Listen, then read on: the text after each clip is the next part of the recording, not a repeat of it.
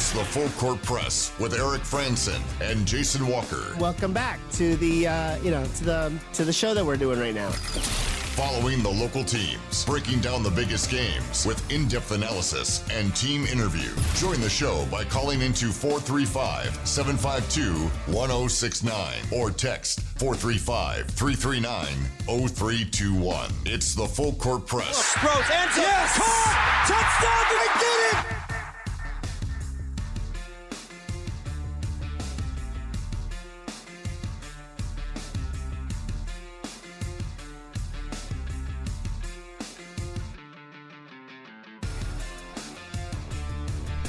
Welcome on into the Full Court Press. Welcome back to the second hour as we get things rolling along. We talked a lot of Utah State football, kind of prepping for the season, which is going to begin next week. All the things you need to know for getting into the stadium and all that fun stuff.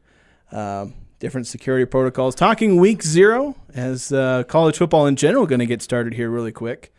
And, of course, as well as revealing number 2 on the top 25 Aggies. But to start the second hour, we've got on special guest, the head coach of Utah State soccer, Manny Martins. Welcome to the show, Manny.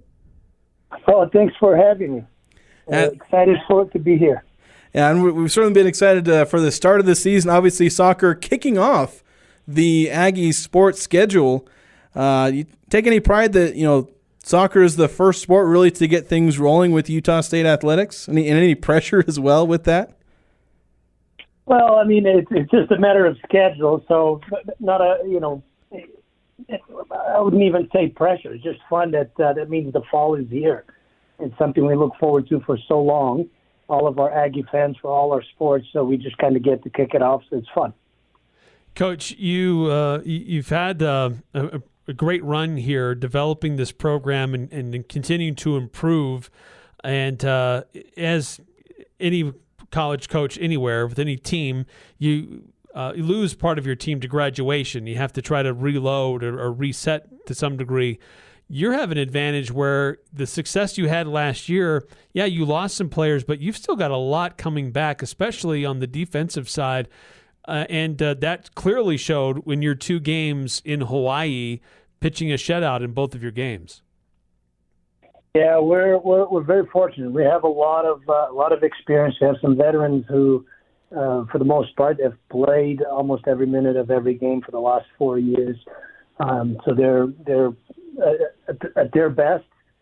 They have a ton of experience, and they have so much passion for representing Utah State. So they go out there and work really hard, and are having a great year so far. I mean, only 2 games in, but looking good. So, Coach, can you tell us what you saw in those first 2 games? Obviously, we see the scores 4-0 over Pepperdine, 3-0 over Hawaii. Kind of screams 2 games where you dominated. But tell us what you saw from your team in those 2 games where obviously you had a lot of success on the scoreboard. Well, definitely see some consistency in our defending organization, our discipline, our effectiveness when it comes to defending, which has been a part of our identity. But one area that it's been sort of a little bit of a touch and go has been the scoring piece. We, in the last couple of years, we scored goals. I mean, we did fine last year. A lot of games where we left a lot of chances on the field, and that's an area where we're seeing the experience now starting to kick in. We have, our starting group on the forward line. Busy was a senior, a fifth-year senior. No, excuse me, just a senior. And then we have Chambers and Words, who are juniors with a lot of experience, and it's starting to click. And so all of them have either scored or had an assist or both in both games. So it's really exciting to see that part of it starting to click. Yes, that offense is probably the biggest thing that I was kind of watching for, because defense, kind of assumed the team was going to be able to keep up what it did last year with so many defenders returning. But let's maybe speak more to the offense, to how some of those young players have grown on offense. Summer Diamond, Tessworth, Kaylee Chambers, all pretty young players returning. Like, how have they grown, and what's kind of different for them as they're trying to be more successful and finish more of those chances? What kind of changes from being a young scorer to maybe more experienced and more effective score? Well, I think you hit the nail on the head, right? Experience. I mean, they spent the summer. I mean, I know Tess, Busy, Kylie, Kaylee spent the summer playing, and and obviously with the experience already having played the last couple of years, they're just a little bit more comfortable. They have a few more reps under their belt. There's just a little bit more of a confidence piece in those moments. It's also impressive that Summer, who spent the better part of the last 6-7 months not playing because she was recovering from her surgery, and she's also come in flying, scoring in both games already. So it's just it's an experience piece, but also a little bit of the chemistry that's kicking in with the group across the forward line and the midfield. Coach, this was a game or a 2-game series in Hawaii where Shea Kircher-Pratt really didn't have to do a lot. I mean, it may not look like it. I mean, she only had a few saves here and there, but certainly she's going to be tested more as the season goes on. But what have you seen out of your keeper so far in this young season? Well, we've actually played both keepers. So Cora started and played 90 minutes in the first game, and then Shea started and played 90 minutes in the second game. And statistically, it looks like they didn't have a lot to do. But, the majority of their job is to solve things before they even happen. So they're constantly organizing and communicating and doing a lot of preventative work. And they've done a fantastic job. Obviously, Cora, being a fifth-year senior, comes with a lot of experience, and it shows. It's really exciting to see where Shea is as a young player with a ton of enthusiasm and growing really, really fast. So the present is great, and the future is bright, with this kind of talent here. So I want to ask about the competitiveness of maybe who might get minutes there, because you mentioned you played both keepers, both had a 90-minute stints there in those 2 games. Obviously, you have Cora, who, as you mentioned, is the experience. I think that was, if I read the stat sheet, that was her first appearance, first minutes in an Aggie uniform.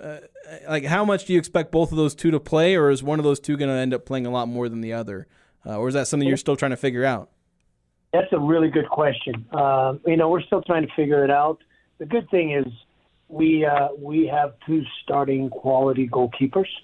So that part is exciting. And they're a little bit different, so they have different qualities. So, different games may ask for different qualities and may favor one over the other.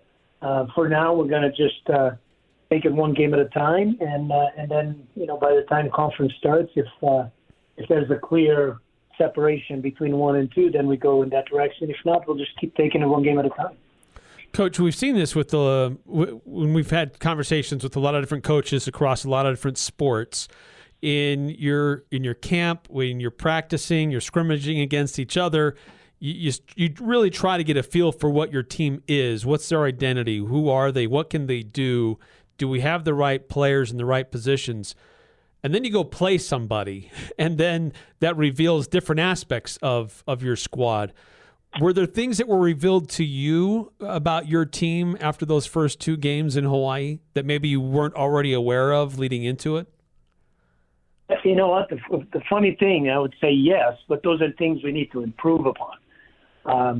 The quality, the potential, I saw it in preseason, and in over 25 years doing this, I've never had a group that I felt was as prepared going into the season as this group was. And I told them that, and I don't think they believed me until we played those 2 games in Hawaii. And I think they have a little bit of an understanding of what it can be. At this point, the first 2 games were great, but there are still things we need to sharpen up. And we're going to come across teams that are going to present different challenges, and we need to be ready for that. So we've talked a lot about how many returners this group has. I don't know if I've had a chance to ask you about some of the newcomers. I guess we did kind of mention a couple of them at goalkeeper, Cora and Shea. But who are some of the other newcomers to maybe keep an eye on this season, players who they'll be playing big roles to kind of fill in some of the gaps that were left from the handful of departures from last season. Well, I'm really excited about our newcomer group. There's a lot of quality. They're great kids working really hard. They're very, very intelligent and picking up, all the nuances and roles and responsibilities and principles of how we play. And so there's quite a few of them already getting a lot of minutes. Some of the ones that are already standing out, Austin Miller, who's a local kid, graduated from Green Canyon. She's definitely hit the ground running. We got Ellie Hendricks now from St. George, playing a lot of minutes, pretty much coming in second in a rotation. We have Ada Wilson, who, has got a really cool story. She's a kid from Utah, but her family moved to Tanzania, Africa, a year ago. So she was in Africa for a year, playing in a pro environment out there under an amateur status, and has come in and is really showing that experience and just brings a different life perspective as well to the environment. So definitely some really, really quality players that are helping us already. And then we have, Maya Moen-Meister, who joined us in January from South Dakota.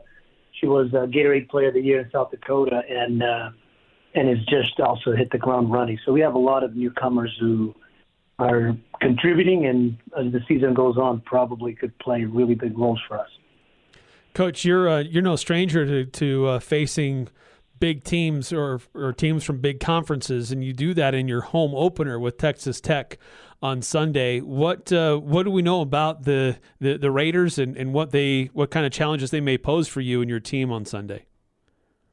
Well, they're a great team. Their coach actually is a really good friend of mine. We spent a lot of time together over the years doing work for U.S. Soccer. But he's been around a long time. He's a great coach. His program is always competitive. Last year, they made it to the Sweet 16. They were a preseason number 8. Super athletic team. They're a very much attacking force. They run at teams. So they're going to present some challenges. I mean, last year they were the only team we lost to 3-0, only team to score 3 goals on us and keep us from scoring. So we're excited for the challenge. I think we have grown. I think we've gotten a little bit better. So, we're looking to that test as, an assessment of where that growth is, because in the end, that's where we want to be. If we're going to play, in the Sweet 16 and an Elite 8 and the Final 4, we have to play those teams and see how we measure up.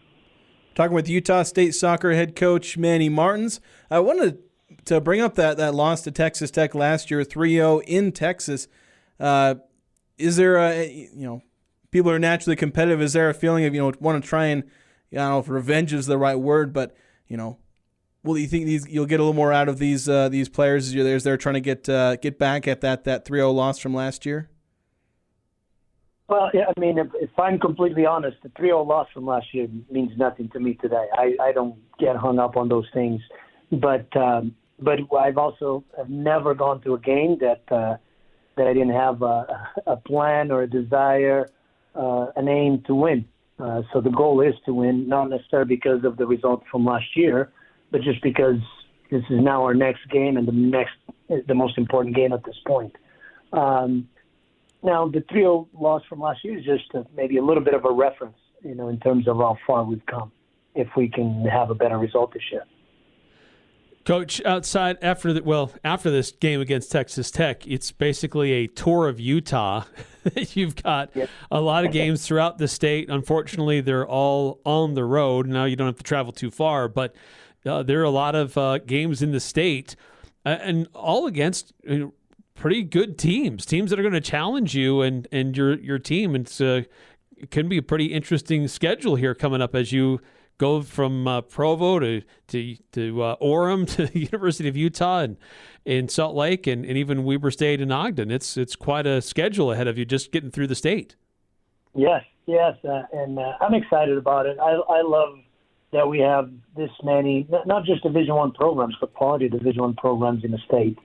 It just gives us an opportunity to play a little bit, even if it's not a home, still within reach for our community and our fans to come watch. But it's also, a great opportunity to showcase the talent that there is in Utah, because all of these programs have a lot of kids from Utah. It's also great because when we get a little further down, I think starting with Grand Canyon and going into conference, we can only travel 22. So with this road trips on the bus, we can take everyone. So we don't have to split up the team until the end of September. And that's always good for culture, good for the young players. So it's perfect. I'm really excited for it. So what can you tell us about some of these other games that are on your home schedule? Obviously going to be playing a lot of teams on the road in the state of Utah, but you got Pacific that you're hosting on September 8th and Washington State on September 19th. How are these teams going to test you as far as, compared to all the rest of the teams in your non-conference schedule as you try and prepare for Mountain West play? Yeah, every team's going to present a challenge. Obviously, the teams that are in state, they're all very strong. Some of them are nationally ranked. Some are getting votes in the national poll. And looking at teams that are playing in a Power 4 environment, they all present different challenges, also stylistically how they play. So every single one of those teams are a great opportunity for us to learn and grow. And then when you look at the teams from, like Pacific and Washington State, West Coast Conference is a great soccer conference. A team like Washington State that's coming from the Pac-12 that not too long ago was in the Final Four, to be able to have them come into, our field here and compete and sort of measure up to, they're a super athletic program. So how can we measure up with them athletically and just the experience that their program has? Again, for us, it's just another opportunity to see how we can hold our own against tournament teams. But I guess. So it's, go ahead. as I said, I think super exciting to be able to have this type of competition. Sorry, I jumped the gun there. Let you finish. Well, I think you've kind of answered another part of my question for you is just you had the opportunity to play well enough to get to the tournament, but then kind of see what still needs to be done to have multiple games in the tournament. And was that part of your thought process in putting this non-conference schedule together, or how do you feel like your team needs to continue to grow and able to be in a position to do that again or have a little bit more success than you had last year? Well, that is definitely part of the plan. That's been part of the plan from day one. That's one of the things that was an objective, was not just to make the tournament, but to actually win games in a tournament. All of it's a process, and we've been growing over the last 3 years. And the schedule, it's twofold. One is to prepare us to be able to compete at that level, and two is that if for whatever reason we fall short of an automatic qualifier, hopefully gives us a chance at an at-large bid into the tournament. So there's definitely a very methodical way that we schedule our non-conference to make sure that we get the most out of it. Coach, you mentioned a minute ago some of your opponents getting votes in the top 25 poll. UVU was receiving votes. One of your future opponents, obviously BYU, they're ranked inside the top 10, but you guys also received votes. Same number of points as UVU got. Does that have any meaning to you guys getting that national recognition as one of the best teams in the country? Listen, I always tell our team that the polls are just opinions of people, and the only one that really matters is the last one. But if I'm completely honest, obviously it feels nice because I see how hard our players work, how what the process has been over the last 3 years. So it is nice to get the recognition, but we have to take it into perspective, right? It's as much as it's nice, it doesn't mean as much if at the end of the season we fall short of the tournament and we're not in any polls, then it sort of loses some of its significance. Well, Coach, we really appreciate your time. Best of luck on Sunday, with Texas Tech coming to town, 12 o'clock there at Chuck and Gloria Bell Field. And congratulations on a very strong start to your season so far. Thank you very much. And for anyone listening out there, come out and support us. We have only a few home games, but they're all great opponents and opponents that we're going to need the support of our community to help us be successful and continue on the road to some fun days ahead. Yeah, definitely. We'll look forward to watching you guys throughout this season. We're going to go ahead and take a break. When we come back, we'll have more local sports here on the Full Court Press. Hey, Cache Valley, this is Mark at the Sportsman in downtown Logan. We have a bike sale going on right now that you don't want to miss. All bikes from Cannondale, Da Vinci, Marin, and the Electric Bike Company are on sale at huge discounts. If you want an electric bike or a simple mountain bike for commuting to work or school, now is the time to buy. You won't find better prices on bikes than right now at the Sportsman. If you want something a little different, check out our Super 73 e-bikes. It's our huge bike sale going on right now through Labor Day, only at the Sportsman on Main Street in downtown Logan. Now here's a concept. You earmark 1/3 of your profits to go back into the community, to local charities. Dex Imaging does that. My name is Anthony Wagoner, and I'd like to share with you what I know about Dex, the company that acquired Valley Office Systems. Dex Imaging is committed to continuing quality customer service while raising the bar to become a strong community partner. Join us in creating the brightest image for tomorrow. Contact us at deximaging.com. This is Ryan at My Mattress. You've heard that our North store is closing. We can't bring everything to the South store. Everything North has to go. Twins, $99. Queens or fulls, $200. Queen Sealy Posturepedic at $650. Now, only while supplies last, but even the world's two best beds, IntelliBed Purple and Tempur-Pedic, are up to 50% off. No interest financing and delivery are still available. Now, the South My Mattress store will be here another 40 years, but the North store is closing and blowing out all inventory. 1950 North Main by Red Balloon Toys. Escape the hustle and bustle of summer at Floating Sensations Spa. Immerse yourself in flotation therapy, a holistic experience designed to embrace mental clarity, reduce muscle tension, and elevate your overall well-being. Whether it's relief from summer stress, recovery from intense workouts, or simply a moment of peace, their sessions are tailored just for you. Don't wait. Visit floatingsensationspa.com to schedule your next flow and massage. That's floatingsensationspa.com. Floating Sensation Spa. Relax, recover, rejuvenate, and repeat.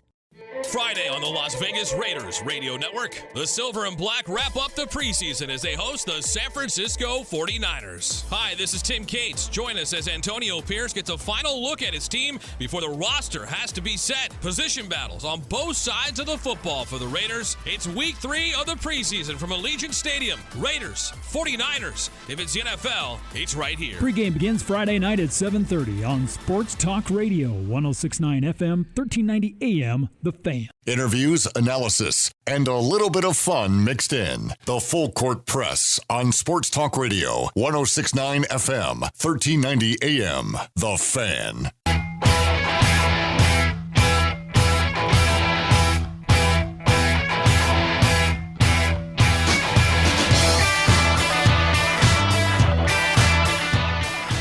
Crystal Vision. Oh, sorry. Let me just throw this in here real quick. I totally forgot we had a live read to do. And This is the eager. I had something I wanted to say. He's eager to get going. But before we do that, let me just tell you about Crystal Vision. 4-time gold medal winner in the Best of Northern Utah contest. They provide personable, experienced one-on-one care. They will pay attention to you. Maybe unlike my co-host. They'll pay attention more than I did. I handed Eric the binder to do the live read. And it's like, never mind, Eric. We don't get to talk about a 4-time gold medal winner. Crystal Vision. They're on 14th North there by Sportsman's Warehouse in Logan. I'll tell you what I was so excited to say was that about the weirdest headline I might ever see came across my desk where a college basketball coach had a sword stolen from his office. Among other things. Yeah, among other things. But it's like a sword? Okay. Yeah, Richard Pitino, you can read up on that. Won't go into details. Someone broke into his office, stole like a sword. It's like some couple other bits of wine. Yeah, that's the one he was apparently most upset about. Was they stole a wine. Which I guess he was whining about that on social media. Yeah. But all right, let's talk about college basketball. We're going to talk about the Utah State Aggies. As officially revealed today was the bracket of the NIT Season Tip Off. They're it's in Orlando. Games on the 28th and 29th. We knew who the teams in this bracket were. There's 4 teams. Only 2 games played in this showcase, essentially. I don't even know if I'd really call it a tournament. Because it's Utah State, St. Bonaventure, Northern Iowa, and North Texas. What we didn't know until today was, all right, which teams are matching up against who? Because that determines, the one guaranteed opponent and then results depending, who do you play in the other game? Because the winners of each of these games play each other, and the losers of each game play each other. So we didn't know who the Aggies were going to play, but now we do. Utah State will take on St. Bonaventure in the first game.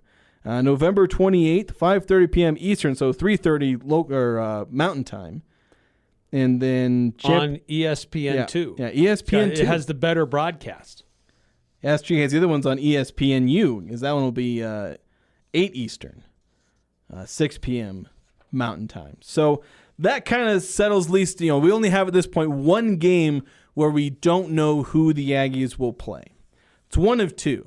So we know most of the opponents, the guaranteed foes, the Utah State will take on in their non-conference schedule. We know the entire conference schedule because it's every team they play twice.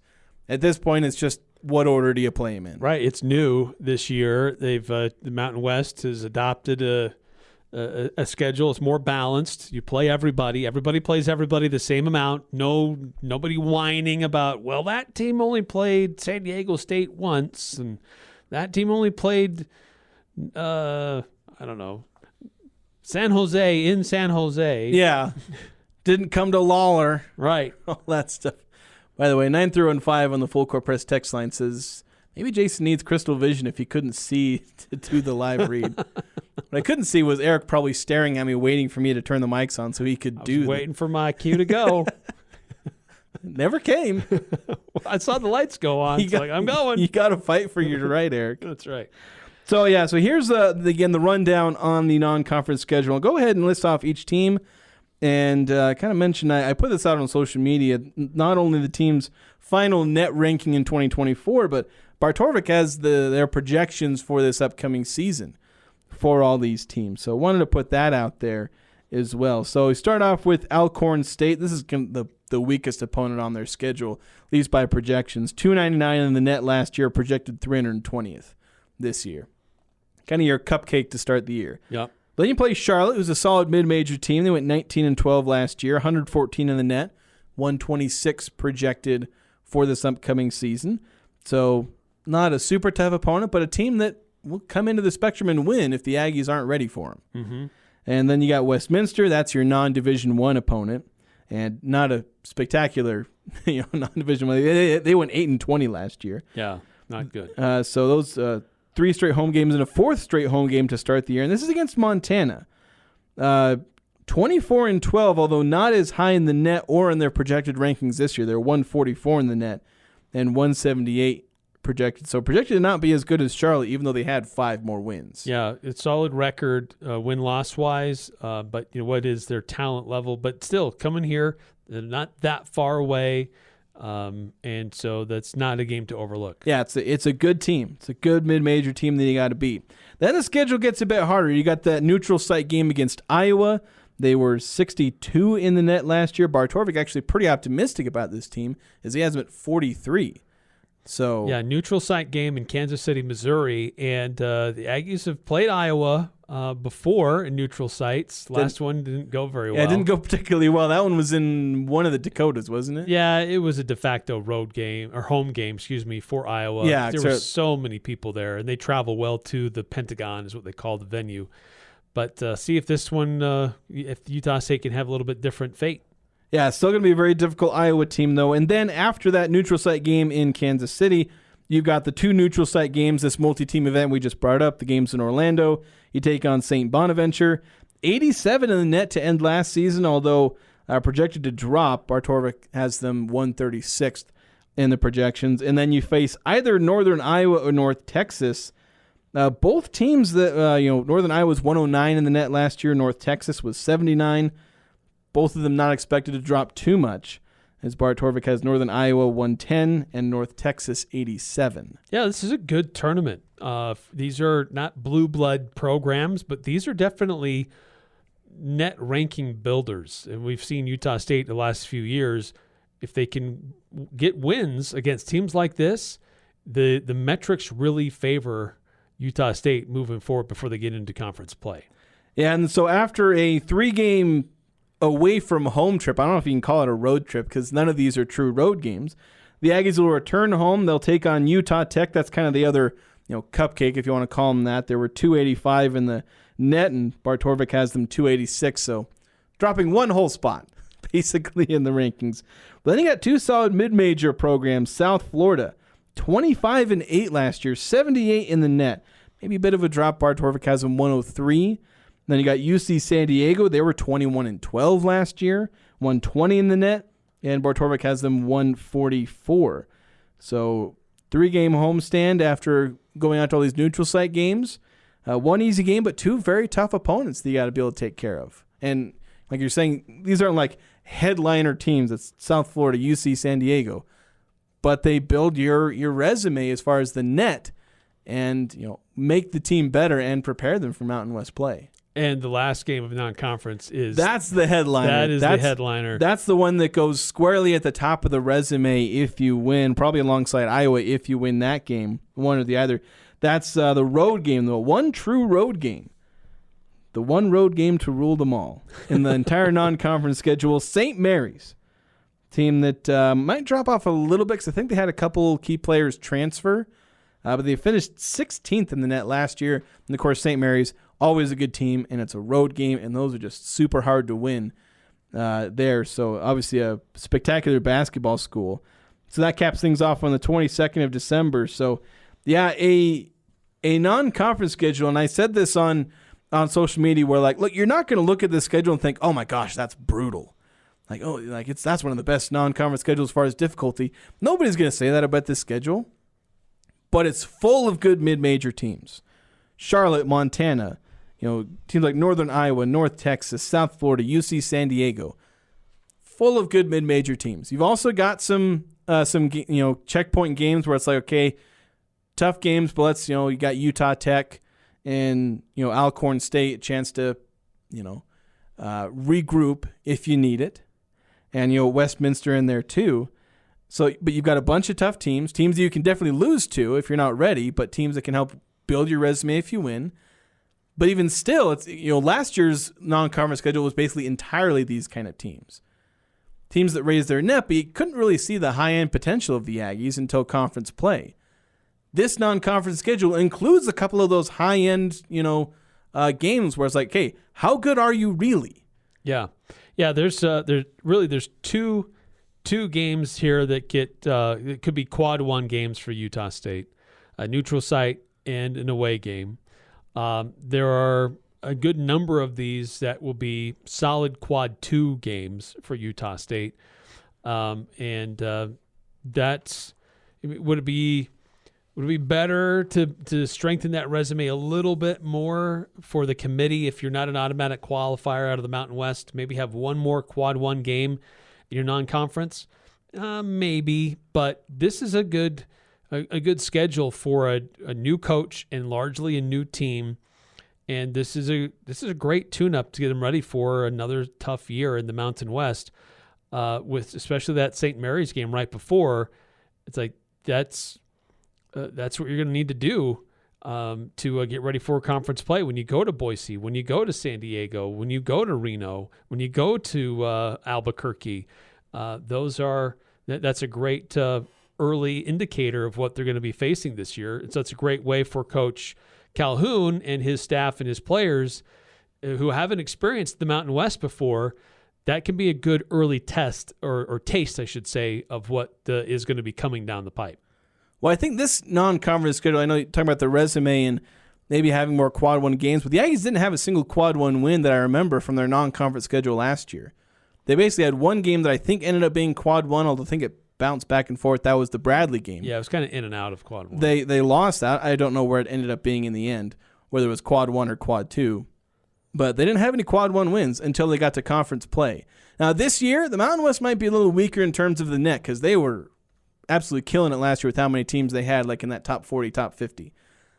May not be to the same degree this year, but I think even with a half step back the Mountain West may take in its net rankings, you take this non-conference schedule, combine it with the Mountain West schedule, which, as we've seen 2 years in a row now, Utah State's NCAA tournament resume was carried by its conference games. Mountain West is good enough to get a team into the tournament at large, so long as you finish at or near the top. That's been proven. So you got a good non-conference resume. Maybe you slip up a little bit in conference play. Maybe you can still get in with an at-large. And so this non-conference schedule does its job in basically every respect. It's good enough to build your resume some. It's going to test the team. It's going to test the team at home. It's going to test the team away from home. And and again, we always talk resume. Now, maybe some of these teams fall off and they don't live up to their expectations. But Utah State can't control that. Right. They schedule teams that they think are going to be good, and the rest goes on from there. There's probably a lot of teams scheduling Utah State thinking they're going to be good and hoping that they'll be a resume builder. But who knows? You never know which teams are going to be really good. You never know which teams aren't going to be super good. Yeah, true. There's going to be a lot of fluctuation this year in the Mountain West. But look, I really like this schedule that's come together for Coach Calhoun and his staff for this team. Great performances in Europe. Great way to accelerate the growth of this team coming together as a team. And so excited to see how the season gets started on November 6th. And now we know the schedule a little bit more detail. So, yeah, late November, you want to go hang out in Walt Disney World? These games are going to be played at the Disney Wide World of Sports. But November 28th and 29th. It's Thanksgiving weekend, I believe. We know the Aggies will play the St. Bonaventure Billikens. No, that's St. Louis. That's St. Louis Billikens, the Bonnies. On the 28th, and then it's depending on that outcome and the other game, it's either Northern Iowa or North Texas. So I like how it plays out, and the Aggies get the game on ESPN2, not ESPNU, and if they win, they'll be on ESPN2 once again. All right, so there you go. That's another look at Utah State's non-conference schedule, with more being revealed today. We'll go ahead and take a break, and we come back. We'll talk a little bit about the NFL, Jordan Love. What would be a successful season for Jordan Love? I know we kind of touched on that. I know JD, he's not super high on the Packers, perhaps with some good reason for that, considering some of their youth. But what do you guys think would be a success? What would maybe be a disappointment, not living up to some of the hype, now that Jordan Love is the highest paid quarterback in the NFL? We'll talk about that next here on the Full Court Press. The patio is open. The chips are endless. Drinks on tap. You know it's got to be Cafe Sabor, Cache Valley's best Mexican restaurant, gold winner in the Best of Northern Utah contest. Experience Locals Day every Thursday with a huge burrito, endless chips and soda, only $7.95. That's a complete lunch for just $7.95. Finding any lunch under $10 is nearly impossible. Every Thursday, drinks, chips, and massive burrito, just $7.95. The patio, the sun, the fun at Cafe Sabor in the historic train station on 6th Weston Center in Logan.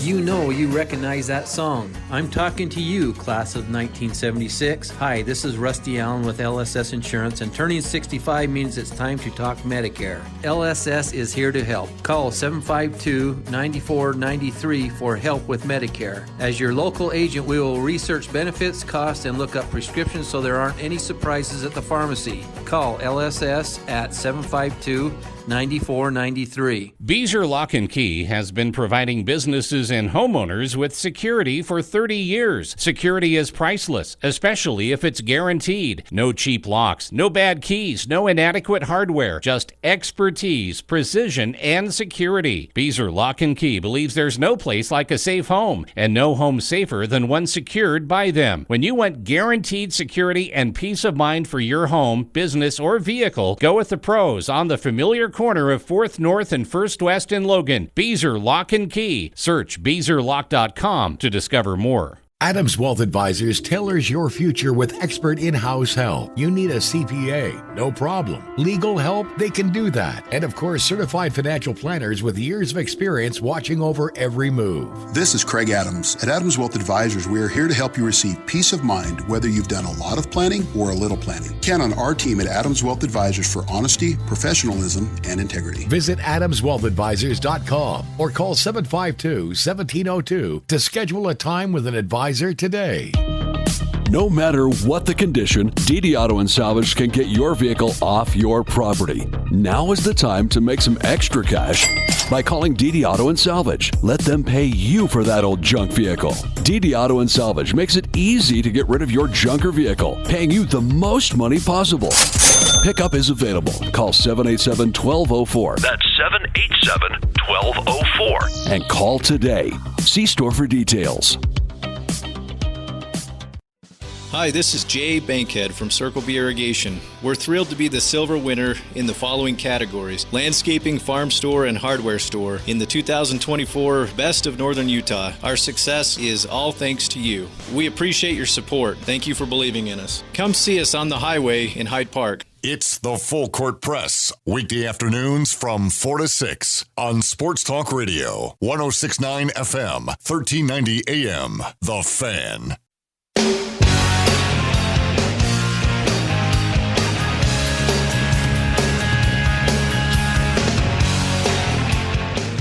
High school football starting a little early this week for Region 11 teams as Skyview will be taking on Morgan, I believe. Yes. Later today. At Morgan. Yeah, at Morgan. And unfortunately, we're not going to be able to carry that game. Just complications with venue and space and all that is kind of similar to Bear River last week, where it's just a bunch of different things crop up. Circumstances beyond our control, even though we've tried to explore alternatives, it just wasn't working out for us. Yeah. So, Skyview, good start, exciting start with this season in the Eric Alder era, and see if they can get another one against Morgan. Morgan's usually a pretty solid team, so this will be a good test for Skyview on the road. Yeah, it's a 3A squad, but they certainly punch above their weight as a 3A team. Certainly not one to overlook just because of the classification numbers next to their name. So, yeah, should be a good high school football game. We're looking forward to the results. We'll talk about that tomorrow, as well as previewing the entire slate of high school football games throughout the week. I'll certainly be taking a nice, fun road trip to North San Pete. Yes. What'll hopefully be another exciting Logan game. So, but let's talk about the NFL before we get to any high school football. Jordan Love, again, I mentioned yesterday, he's probably going to be the biggest name to be watching for Aggie fans, at least in the professional ranks. I know you got Bobby Wagner, but you may never get tired of keeping an eye on Bobby Wagner or watching his games. But Jordan Love, highest paid player in the NFL, the most prominent position, earned a lot of hype late last year for the way he played, where he was arguably the best quarterback in the last half of the season. Yeah. Now the expectation is, you played that well for half a season. Now you got to play that well for the whole season. Right. Yeah, he started out the year just 3-6 as a starting quarterback. It was not a great start for the Packers, and a lot of doubt. Did we make the right decision here with Jordan Love?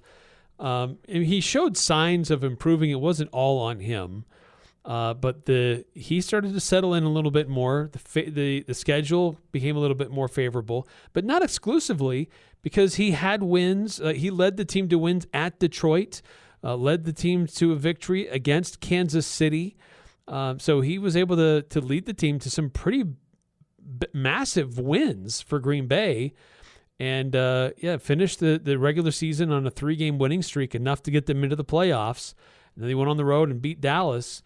So, the real question is, which Jordan Love are we going to see next year? The one that started the season or the one that ended the season leading the team to victories and to another playoff victory? And see, this is where Jordan Love needs to not fall into some of the traps that we've seen other quarterbacks maybe fall into, where they burst onto the scene. Like we saw that from guys in, like I always look back at like Colin Kaepernick and RG3. And, you could say RG3, he got injured, but Colin Kaepernick, he was going to be one of the next great quarterbacks. Then he kind of fell off where he wasn't as effective. And I probably spacing on more recent examples. Well, heck, actually, Carson Wentz kind of had the same thing happen to him, where you get these guys where they're like MVP caliber guys, and then they just fall off, and they suddenly can't, they're not having the same, at least perceived impact that they did maybe in their first couple of seasons. And you really need to have Jordan Love not fall into that trap by keeping pace with the NFL. Because you can't just assume that, Jordan Love had a decent season last year. You can't just assume he's going to do that again. You can't assume he's going to throw for 4,200 yards and 32 touchdowns. You got to keep getting better. Keep, learning as much as you can. Improving in areas where, you feel like you're weak. And so Jordan Love needs to keep improving, and then the team needs to improve around him. That's obviously something that has to happen as well. The team got better around him. I think the entire team grew. Jordan Love and the guys around him is incredibly young wide receiver core. They all got better around him as well. And so I think if you assume that, if everyone that's young is able to improve and get better, then they should be able to live up to the hype they built late last season with how well they played.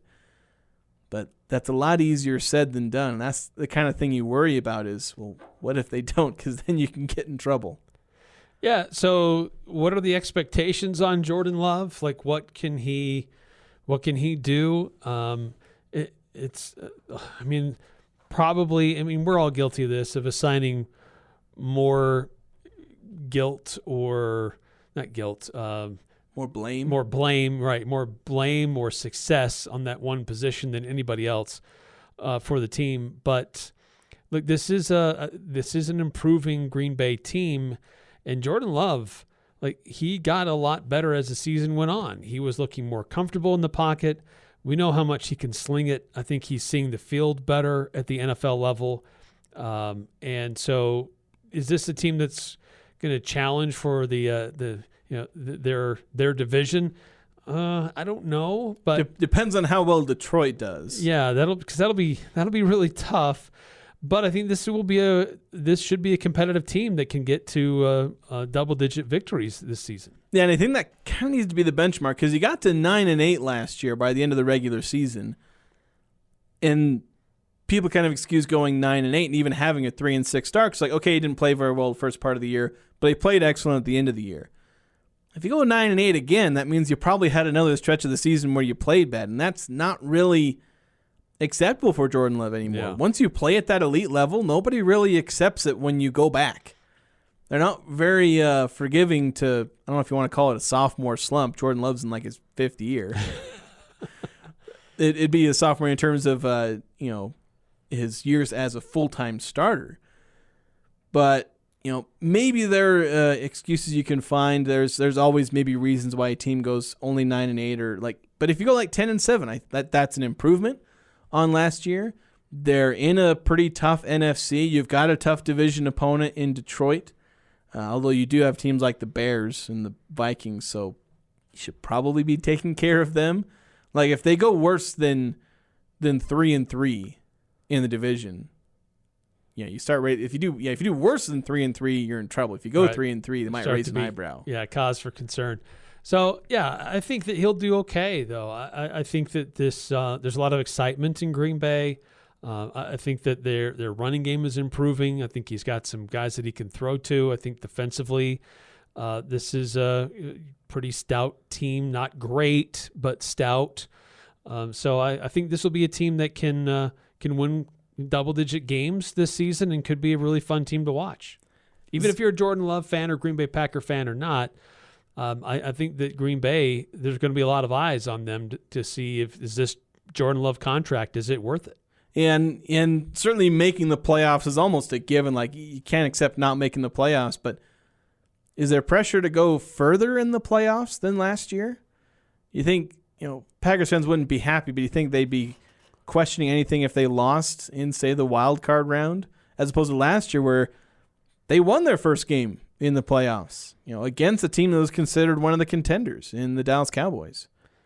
And then we're going toe-to-toe with the 49ers for pretty much the entire game there. Yeah, for a good chunk of it. Yeah, I think that they need to I think last year surprised a lot of people, no question, for getting to the playoffs and then beating Dallas in the way that they did.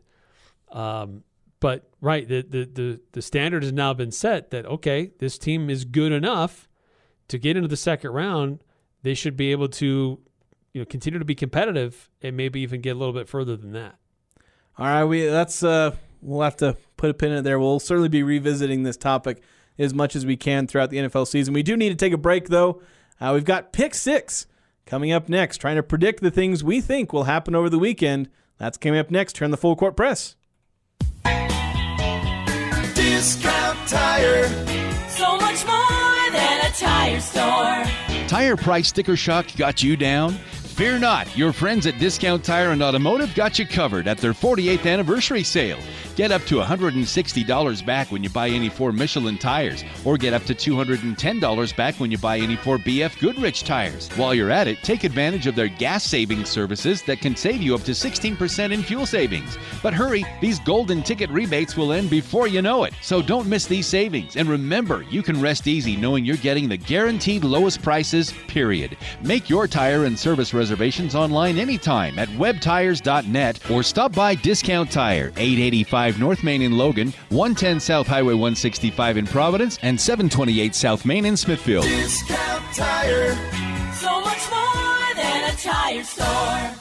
This is Catherine Buse with Cache Valley Bank, and we understand that concerns about fraud can weigh heavily on you. Your peace of mind is important to us. That's why we're committed to looking out for you and your family. Our team keeps a vigilant eye on your account. If you ever have concerns or need support, we're just a call or visit away. Whether you need advice or just someone to talk to, our friendly staff is ready to help. We're more than just a bank. We're your neighbors and we care about your security. Visit your local branch today. Cache Valley Bank, member FDIC. Who do you turn to if you want to change out your wood or pellet stove? Advanced Fireplace and Stove. They were voted the gold medalist for Best of Northern Utah for the 4th year in a row in the fireplace retrofit category. Be ready when the government's next wood and pellet replacement incentives pop up. Advanced Fireplace can help you navigate the paperwork. For more information, call Advanced Fireplace and Stove, 752-7272. Online at advancedfireplaceandstove.com. Locker 42 is always ready for game day. This Aggie season kicks off with a cow helmet game. Yes, that's right, a cow helmet game. Get your matching Aggie Cow t-shirt, available now at Locker 42. It's bound to be an instant classic. Locker 42 always features a big selection of Aggie apparel and a wall of Aggie hat choices. Be ready for game day. Find your Aggie Cow t-shirt and other assorted Aggie wear at Locker 42, where true Aggies shop. Let Prodigy Brewing deliver a delicious experience of flavor and fun into your world. Enjoy Cache Valley's juiciest burgers, tastiest nachos, and flavor-filled wood-fired pizzas and award-winning specialty craft beers. Did you know that Prodigy Brewing now has a 20-minute lunch guarantee? From 11 to 3 p.m., they promise to get your meal to you within 20 minutes after you order, or it's free. So whether it's a quick lunch, dinner with the family, Sunday brunch, or Trivia Tuesdays, let Prodigy Brewing introduce you to deliciousness. Prodigy Brewing on Center Street in downtown Logan. This is Deputy Brad Nelson with the Cache County Sheriff's Office. Schools are back in session throughout the valley, which means kids are going to be out on the roads during the morning and afternoon commutes. Law enforcement will be patrolling school zones where the speed limits are 20 miles per hour. Also, watch out for crosswalks and crossing guards. We're asking citizens to be alert while driving and help us keep kids safe. Thank you. Breaking down the biggest games with in-depth analysis and team interviews. It's the Full Court Press with Eric Frandsen and Jason Walker.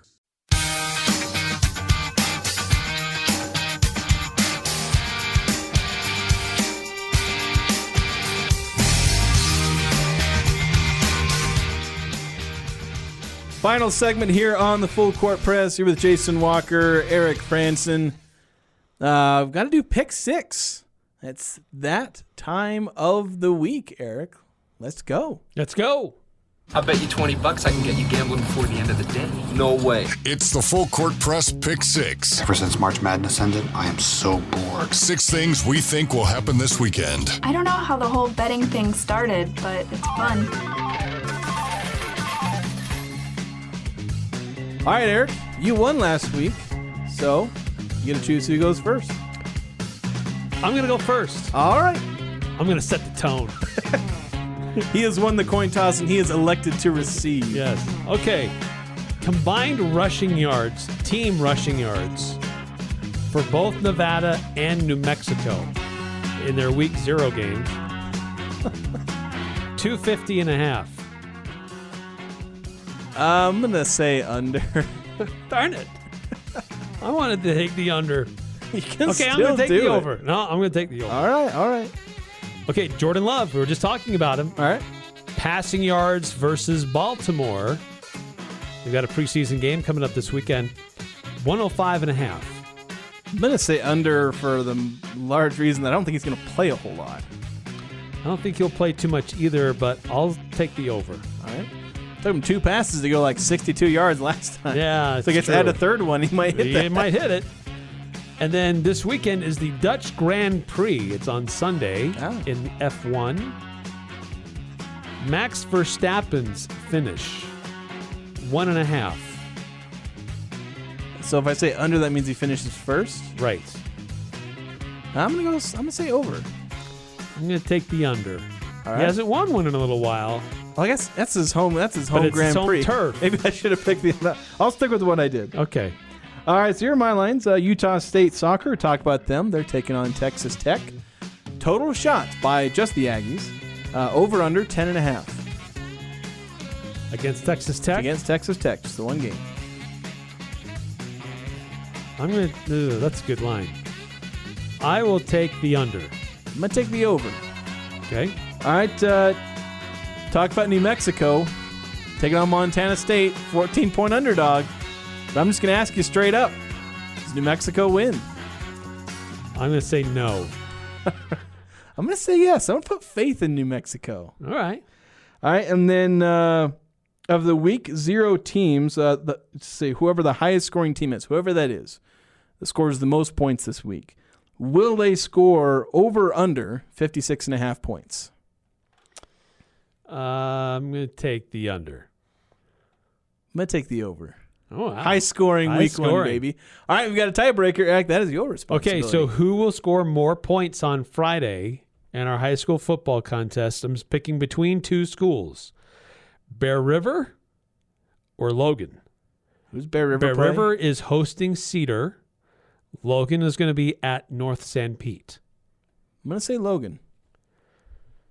I'm going to take Bear River. I have no choice. That's the tiebreaker. Yes. All right, so that is pick 6. We'll tally those up on Monday, figure out the results. A lot more diversity we got. We got college soccer, college football, going to the Grand Prix, the F1. F1. A lot of things kind of I resuming. stayed away this week. from baseball. I didn't throw any baseball lines in there for you. Yeah, I thought about just doing all college football, but decided against that.